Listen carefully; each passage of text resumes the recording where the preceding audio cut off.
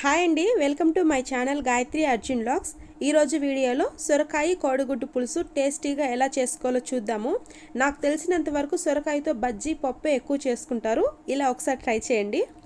Stove మీద బాండలు పెట్టుకొని అందులో చిటికెడు పసుపు వేసుకోవాలి. ముందుగా బాయిల్ చేసి పెట్టుకొని ఎగ్స్కి ఘాట్లు పెట్టుకొని వేసుకోవాలి. ఘాట్లు పెట్టకపోతే ఆయిల్లో వేసిన తర్వాత ఆయిల్లో పగులుతాయి. 2 నిమిషాలు వేయించుకొని పక్కన తీసి పెట్టుకోవాలి. ఇలా వేయించుకోవడం వల్ల కూర మంచి టేస్ట్ వస్తుంది. అందులోనే 1/2 స్పూన్ ఆవాలు, 1/2 స్పూన్ జీలకర్ర, 1/2 స్పూన్ మెంతులు వేసుకోవాలి. 1 స్పూన్ పచ్చెనపప్పు, 1 స్పూన్ మినపప్పు వేసుకొని వేయించుకోవాలి. పోపు వేగిన తర్వాత 2 రెమ్మలు కరివేపాకు, 2 పెద్ద సైజు ఎర్రగడ్డలు, 4 పచ్చిమిరపకాయలు సన్నగా కట్ చేసి వేసుకోవాలి. ఎర్రగడ్డ ముక్కలు మెత్తబడిందాక వేయించుకొని 4 వెల్లుల్లి రెబ్బల్ని కచ్చాపచ్చగా దంచి వేసుకోవాలి. కంపల్సరీ వెల్లుల్లి వేసుకుంటే కర్రీకి టేస్ట్ వస్తుంది. బాగా మగ్గిన టమోటాలు ఒక 3 సన్నగా కట్ చేసి వేసుకోవాలి. రుచికి సరిపడా సాల్ట్ వేసుకొని మొత్తం ఒకసారి కలుపుకొని టమోటా ముక్కల్లోంచి నీరు మొత్తం బయటకు వచ్చేంత వరకు 5 నిమిషాలు మూత పెట్టి మగ్గించుకోవాలి.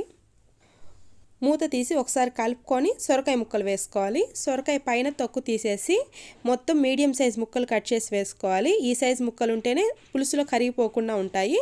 మొత్తం ఒకసారి కలుపుకొని మూత పెట్టి సొరకాయలో ఉన్న నీరు మొత్తం బయటకు వచ్చేంత వరకు మగ్గించుకోవాలి. అప్పుడే పచ్చివాసన ఉండదు. సొరకాయ ముక్కల్లోంచి నీరు మొత్తం బయటకు వచ్చిన తర్వాత ఇందులో 2 స్పూన్లు కారం వేసుకోవాలి. పచ్చిమిరపకాయలు వేసాను కాబట్టి 2 స్పూన్లు అయితే సరిపోతుంది.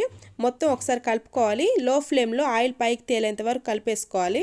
ఇలా ఆయిల్ పైకి తేలిన తర్వాత నిమ్మకాయ అంత సైజు చింతపండు 10 నిమిషాల ముందు నానబెట్టి రసం తీసుకోవాలి. మొత్తం 1/2 లీటర్ నీళ్లు పోసుకుంటూ రసం తీసుకోవాలి. చింతపండులో ఉన్న పులుపు మొత్తం నీళ్ళల్లోకి వచ్చేంత వరకు గట్టిగా పిండి రసం తీసుకోవాలి. మొత్తం ఒకసారి కలిపేసుకొని ఇందులో ముందుగా వేయించి పెట్టుకున్న గుడ్లు ఇందులో వేసుకోవాలి.